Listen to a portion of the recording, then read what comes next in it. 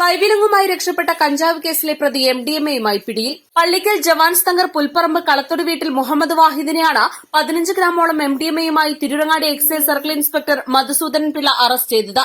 Tirurangadi excise circle ഓഫീസിൽ കഴിഞ്ഞ May 22-ന് 1.12 kilogram കഞ്ചാവ് പിടിച്ചെടുത്ത കേസിൽ അറസ്റ്റ് നടപടികൾക്കിടെ എക്സൈസ് ഉദ്യോഗസ്ഥരെ തള്ളിമാറ്റി കൈവിലങ്ങുമായി രക്ഷപ്പെട്ടയാളാണ് പിടിയിലായ വാഹിദ്.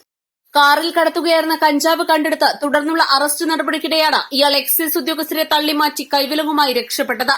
തുടർന്ന് പള്ളിക്കൽ ഭാഗങ്ങളിൽ അന്വേഷണം നടത്തുന്നതിനിടെയാണ് 15 ഗ്രാം MDMAയുമായി ഇയാൾ വീണ്ടും പിടിയിലാകുന്നത്. പരപ്പനങ്ങാടി 1-ാം ക്ലാസ് മജിസ്ട്രേറ്റ് കോടതിയിൽ ഹാജരാക്കിയ പ്രതിയെ റിമാൻഡ് ചെയ്തു.